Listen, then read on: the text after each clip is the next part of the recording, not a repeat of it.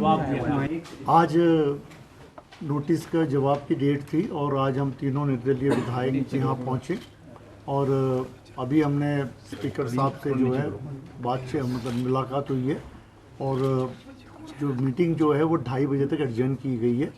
2:30 बजे जो है हम जो है रिप्लाई देंगे, क्योंकि आज ही हमारी जो पिटीशन जो थी वो हाई कोर्ट में भी आज ही जो है उसके ऊपर चर्चा हुई है और अगली तारीख जो है हमें 24 तारीख की मिली है। तो हमने जो है स्पीकर साहब को जो रिप्लाई देना है बेस्ड ऑन आवर डिस्कशन, आज जो हमारे हाई कोर्ट में जो चर्चा हुई उस बेस पे हमें जो है उसका रिप्लाई भी उसी हिसाब से देना था। तो अब रिप्लाई रेडी है और 2:30 बजे जो है हम अपना रिप्लाई स्पीकर साहब को तीनों विधायक जो है सौंपेंगे। हाई कोर्ट में यही चर्चा हुई कि जब हमने अपना इस्तीफ़ा अपने मर्जी से दिया है और विलफुली दिया है, बिना किसी दबाव के दिया है, तो इसको जो है इमीडिएटली 22 तारीख को जब हमने दिया था तो 22 तारीख को ही इसको एक्सेप्ट कर लेना चाहिए था, उसी तारीख को एक्सेप्ट कर लेना चाहिए था, जो अभी तक नहीं हुआ। और ऐसे भी मुझे जो कॉन्स्टिट्यूशनली जब हमने देखा कि इस पर कोई नोटिस इशू नहीं होना चाहिए था, फिर भी अगर नोटिस इशू हुआ है तो जो भी इनके डाउट्स हैं उन डाउट्स को हम क्लियर करेंगे और आज ही क्लियर करेंगे। 2:30 बजे जो है हम रिप्लाई में सारे डाउट जो उनको क्वेश्चनर्स थे उसको हम जो है क्लियर कर लेंगे। क्या उम्मीद कर रहे हैं? बिल्कुल हम उम्मीद कर रहे हैं कि आज रिप्लाई के बाद जो है स्पीकर साहब जो है उसका फैसला लेंगे और जो हमारा इस्तीफा है जो हमने अपने मर्जी से दिया है उसको एक्सेप्ट करेंगे। क्या इसमें पॉइंट आउट ये है कि आपके ऊपर कोई दबाव है और या आपके ऊपर कोई किसी का प्रेशर है या आपको कोई किसी चीज़ का लालच दिया गया है या आपको कोई किसी चीज़ का कोई दबाव है, वही सवाल लिखे गए थे और आप यहाँ गए वहाँ गए, हम तो गए अपनी मर्जी से। और दूसरी बात ये कि जब हमने अपने आप प्रेजेंट होकर के दिया है, हमने कोई ईमेल से नहीं भेजा है कोई हमारा इस्तीफा या कोई व्हाट्सएप से नहीं भेजा है, हम पर्सनली आकर के हमने दिया और आपके पूरा प्रेस जो था उस वक्त मौजूद था, आपके सामने हमने जो कॉपी है वो सौंपी है। तो इसके बाद कोई किंतु परंतु नहीं होना चाहिए। और एक कॉन्स्टिट्यूशनल पोस्ट पे बैठे हुए हमारे माननीय स्पीकर साहब, और हम यही उम्मीद करते हैं कि इस कॉन्स्टिट्यूशनल पोस्ट पे बिना किसी दबाव के, बिना किसी राजनीतिक दबाव के डिसीजन ले लेना चाहिए। ये जनता के हित में है, प्रदेश के हित में है और जो है इसका जो जनता को जो है विश्वास रहना चाहिए इस पोस्ट का, नहीं तो जनता का विश्वास उड़ जाएगा। अभी तो फिलहाल तो ऐसा है कि इतनी लंबी डेट दे दी है हमें, अभी जो 10 तारीख की डेट की आवश्यकता नहीं थी। अगर 22 को हमने इस्तीफा दिया तो 2 दिन बाद भी बुला सकते थे। तो इतनी लंबी डेट जो दी है इससे जो है ये टाइम डिले करने का जो कोई मतलब नहीं होता है, क्योंकि लोकसभा के भी इलेक्शन होने हैं। ऑलरेडी हिमाचल में 4 सीटों पे लोकसभा के इलेक्शन डिक्लेयर्ड है, 6 सीटों पे और भी डिक्लेयर्ड है। तो जो भी है फैसला जल्दी होना चाहिए, बार बार इलेक्शन होना भी ठीक बात नहीं है। तो जो भी फैसला है अभी हो जाना चाहिए। अब आपके साथ थे इस्तीफे के दौरान, तो सर कोई भी आ सकता है, कोई भी जा सकता है, किसी पे पाबंदी नहीं है कि कोई आए या कोई ना आए। इसमें कोई कानून में लिखा नहीं गया कि कोई आए या कोई ना आए, कोई भी आ सकता है। आप लोग यह चाह रहे हैं कि 1 जून को चुनाव हो जाए तो मोदी लहर जाए उसके साथ? सर ऐसा है कि बार बार प्रदेश में जो है उसके बाद अगर हमारा ऐसे भी इस्तीफा तो मंजूर होना ही है, आज नहीं होगा कल होगा पर होना है। फिर दोबारा जो बाई इलेक्शन होंगे, फिर कोड ऑफ कंडक्ट लगेगा 3 अलग अलग जिलों में, तो वो ठीक बात नहीं है। तो अभी एक बार इलेक्शन हो जाए तो स्टेट का फायदा है, उसमें सरकार का भी फायदा है। स्टेट कितने हम इस का जवाब हम पिछली बार भी दे चुके हैं, ठीक है। तो इसीलिए अब बार बार वो जवाब देना उचित नहीं है, पिछली बार का जवाब आपके पास है सर। 3 जो निर्दलीय विधायक हैं, माननीय श्री KL ठाकुर जी, श्री होशियार सिंह जी और श्री आशीष शर्मा जी, इन तीनों ने 22 मार्च को लगभग 1:30-2 बजे के करीब सचिव विधानसभा के पास अपना रेजिग्नेशन दिया और उसके बाद मुझे मेरे निवास स्थान पर ये लगभग 3:30 पौने 4 बजे के करीब मुझे मिले,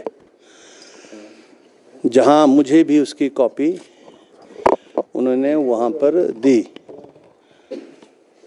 जो यहाँ पर जो उन्होंने रेजिग्नेशन दिया उसकी जो प्रेस रिपोर्टिंग है, प्रेस क्लिपिंग्स हैं, जो हमारी प्रोसीडिंग्स जो इनिशिएट हुई हैं उसका पार्ट है, उसमें माननीय नेता प्रतिपक्ष श्री जयराम ठाकुर जी, और जब वो मेरे निवास स्थान पर आए तो उनके साथ 2 माननीय विधायक भारतीय जनता पार्टी के डॉक्टर जनकराज जी और बलवीर सिंह वर्मा जी उनके साथ थे, और एक आध मीडिया का भी व्यक्ति था। और दूसरे दिन एक पिटीशन जो है 10-12 जो माननीय विधायक कांग्रेस पार्टी से हैं, जो मंत्री भी हैं, उनकी तरफ से भी विधानसभा सचिवालय को प्राप्त हुई। और जो नियम हैं हमारे, उनके तहत जब भी कोई विधायक अपना त्याग पत्र दे तो उसका एक फॉर्मेट है, उस फॉर्मेट के मुताबिक हो, और उसके आगे जो रूल्स हैं, अगर वो व्यक्तिगत तौर पर आता है, वॉलेंटरी है या इनवॉलेंटरी है, और अध्यक्ष को ये लगे कि जिन परिस्थितियों में उसने त्याग पत्र दिया है उन परिस्थितियों की खोजबीन करना आवश्यक है, ज़रूरी है, संविधान के मुताबिक, लोकतंत्र के मुताबिक, तो अध्यक्ष जो है उसके लिए संवैधानिक तौर पर, कानूनन तौर पर अधिकृत है। The Speaker enjoys the full authority to inquire into all those aspects of the resignations. और उसी के संदर्भ में हमने तीनों माननीय विधायकों को एक नोटिस इशू किया था, शो कॉज नोटिस, और उसकी सूचना हमने राज्यपाल महोदय को भी दी थी, और हमने उनसे ये आग्रह किया था कि नियमों के अनुरूप, संविधान के अनुरूप जो कार्रवाई वांछित है उसके मुताबिक आप 10 अप्रैल को 12:15 बजे विधानसभा सचिवालय के committee room, speakers committee room में उपस्थित हों, और जो नोटिस दिया गया उसका एक दिन पहले आप उसका जवाब दे दें, ताकि विधानसभा सचिवालय उस नोटिस को पढ़ने के बाद उसके ऊपर जो भी जानकारी प्राप्त करनी हो तो हम जो है इस पर्सनल इंक्वायरी में करें। अभी वो तीनों माननीय विधायक अभी अपीयर हुए इन पर्सन, तीनों की हाजिरी मैंने रिकॉर्ड पर लगाई है, और मैंने जो नोटिस शो कॉज हमने दिया है उसकी जवाब के बारे में उनसे पूछा तो उन्होंने कहा कि हमने जवाब इस संदर्भ में देना है। तो मैंने कहा दीजिए, तो उन्होंने समय मांगा है। यद्यपि मैं इस सारी प्रोसीडिंग्स को आगे की डेट दे सकता था, लेकिन मैं ये समझता हूँ कि विषय गंभीर है, इसलिए मैंने 2:30 बजे तक इसको एडजॉर्न किया है, और 2:30 बजे फिर से दोबारा जो है ये जो है यहाँ कमेटी रूम में बैठकर प्रोसीडिंग्स होंगी, और जवाब वगैरह जो भी आया होगा और उसके ऊपर जो आगे कार्रवाई बनती होगी वो किया जाएगा। और अभी आपने एक प्रश्न और पूछा है कि माननीय उच्च न्यायालय में भी इस संदर्भ में आज रिट पिटीशन जो है इन मान्यों के द्वारा की गई है, तो उसकी जानकारी आपको होगी कि उस रिट पिटीशन जो माननीय उच्च न्यायालय में इन्होंने की है वो अभी लगी थी सुबह 11 साढ़े 11 बजे, जिस पर काफ़ी देर हाई कोर्ट माननीय उच्च न्यायालय ने सुनने के बाद उसको जो है 24 अप्रैल के लिए जो है उसको एडजॉर्न कर दिया है। और उसमें जो उन्होंने पार्टी बनाया था विधानसभा अध्यक्ष के रूप में मुझे और व्यक्तिगत रूप में मुझे, तो व्यक्तिगत रूप में तो जो ऑब्जर्वेशंस कोर्ट की थी वहाँ पर कि भाई you can not make the speaker in person as a party, कि whatever he has done and whatever he is doing that is the powers which are vested with him under the Constitution. So you cannot make him a party in person. So this was the observation from the court, which have been, told to us by the standing lawyers, one who represented the Vidhan Sabha there in the High Court. So what is the order that I have not seen? What is the writ petition copy I have seen? जो writ petition की जो copy उन्होंने विधानसभा सचिवालय को भेजी है वो हमने देख ली।